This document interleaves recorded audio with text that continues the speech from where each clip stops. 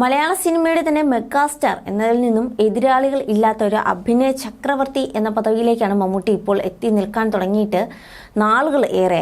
1971 പ്രദർശനത്തിനെത്തിയ അനുഭവങ്ങൾ പാളിച്ചകളാണ് മലയാളികളുടെ സ്വന്തം മമ്മൂക്ക അഭിനയിച്ച ആദ്യ ചിത്രം. ഒരു നടനാകാൻ ആഗ്രഹിച്ച് പ്രവർത്തിച്ച അദ്ദേഹത്തിന്റെ കഠിനാധ്വാനം കൊണ്ട് അഭിനയ ലോകത്ത് സ്ഥാനം നേടിയെടുക്കാനും ഇന്ന് കാണുന്ന ആ ഒരു നിലയിലേക്ക് വളരാനും സാധിച്ചു. അദ്ദേഹത്തിൻ്റെതായ പുറത്തെത്താറുള്ള വിശേഷങ്ങളെല്ലാം തന്നെ വളരെ പെട്ടെന്നാണ് വൈറലായി മാറുന്നത്. ഇപ്പോൾ കഴിഞ്ഞ കുറച്ച് ദിവസങ്ങളായി സോഷ്യൽ മീഡിയ പേജുകളിലടക്കം മമ്മൂട്ടി പുതിയ വീട് വെച്ചു എന്ന തരത്തിൽ ഒരു വാർത്തകൾ പ്രചരിക്കുകയാണ്. മാത്രമല്ല, ഒരു സാധാരണക്കാരൻ പണിത് തീർക്കാൻ പറ്റിയ ഒരു വീട് തന്നെയാണ് ആ ഒരു വീട്. എന്തായാലും കോടികൾ പ്രതിഫലം വാങ്ങുന്ന മമ്മൂട്ടി വെറും 30 ലക്ഷം രൂപയ്ക്ക്, അതും 1500 സ്ക്വയർ ഫീറ്റിൽ ഒരു വീട് വെച്ചു എന്ന് ആരാധകർക്ക് അങ്ങനെ വിശ്വസിക്കാനായില്ല. അതിന് പിന്നാലെ ഒത്തിരി കമൻസുകളൊക്കെ വന്നിട്ടുണ്ട്. കാരണം വയസ്സായി, അപ്പോൾ ഇനി രണ്ടുപേർക്കും കൂടി ചേർന്ന് ഒരുമിച്ച് താമസിക്കാൻ വേണ്ടിയാണോ ഈ വീട്, അങ്ങനെ ഒട്ടനവധി കമൻസുകളാണ് വന്നുകൊണ്ടിരിക്കുന്നത്. അപ്പോൾ ഇതിൻ്റെ കൺസ്ട്രക്ഷൻ കമ്പനിയാണ് ഈ വീഡിയോ പുറത്തുവിട്ടത്. ഞങ്ങളുടെ സുഹൃത്ത് മമ്മൂട്ടിക്ക് വേണ്ടി നിർമ്മിച്ച വീട് എന്നാണ് അവർ ആ വീഡിയോയിൽ പറയുന്നത്. മമ്മൂക്ക് ഇത്രയും ചെറിയ വീട് പണിതോ, എവിടെയാണ് വീട് വെച്ചത്, ഇനിയുള്ള കാലം സുൽഫത്തിനൊപ്പം എവിടെയാണ് താമസം എന്നിങ്ങനെ നിരവധി പേരാണ് ആരാധകർ എത്തിയിട്ടുള്ളത്, ചോദ്യങ്ങളുമായി എത്തിയിട്ടുള്ളത്. എന്നാൽ മറ്റു ചിലരാകട്ടെ ഇത് മമ്മൂട്ടിയുടെ വീട് തന്നെ, പക്ഷേ നിങ്ങൾ ഉദ്ദേശിക്കുന്ന മമ്മൂട്ടിക്കല്ല, ഇത് മറ്റൊരു മമ്മൂട്ടിക്കാണ് വീട് പണിതത് എന്നാണ് പറയുന്നത്.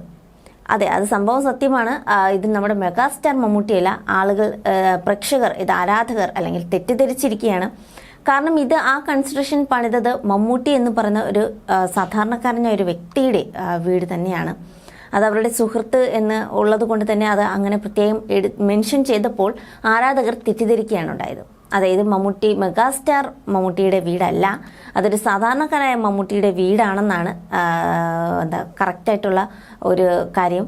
അതേസമയം മമ്മൂക്ക അടുത്തിടെയാണ് ഒരു നിർമ്മാണ കമ്പനി ആരംഭിച്ചത്. മമ്മൂട്ടി കമ്പനി എന്ന് പേരിട്ടിരിക്കുന്ന ഈ പ്രൊഡക്ഷൻ കമ്പനി ഇതിനോടകം 4 സിനിമകളാണ് പ്രൊഡ്യൂസ് ചെയ്തിരിക്കുന്നത്. മമ്മൂട്ടി കമ്പനി സംവിധാനം ചെയ്ത ആദ്യ ചിത്രം മമ്മൂട്ടി നായകനായ റോഷാക്കായിരുന്നു. മമ്മൂട്ടി കമ്പനിയുടെ ആദ്യ ചിത്രമായ റോഷാക്ക് ഏകദേശം 20 കോടി രൂപ മുതൽ മുടക്കിലാണ് നിർമ്മിച്ചത്. 2023 മമ്മൂട്ടി കമ്പനിയുടെ ഏറ്റവും വലിയ വിജയം മമ്മൂട്ടി തന്നെ നായകനായ കാതൽ എന്ന ചിത്രമായിരുന്നു.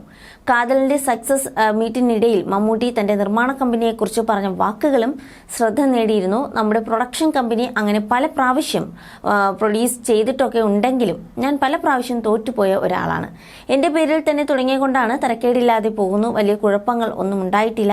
എങ്കിലും എല്ലായിടത്തും ജയിച്ചിട്ടില്ലെങ്കിലും പലതരത്തിലുള്ള വിഷയങ്ങൾ നമുക്കുണ്ടായിട്ടുണ്ട്. 4 സിനിമ കഴിഞ്ഞ് 5ാമത്തെ സിനിമയിൽ എത്തി നിൽക്കുകയാണ് ഞാൻ. സിനിമയിൽ നിന്നും എനിക്ക് കിട്ടിയ ചെറിയ പൈസകൾ കൂട്ടിവെച്ചാണ് ഈ കമ്പനി വഴി സിനിമ എടുക്കുന്നത്.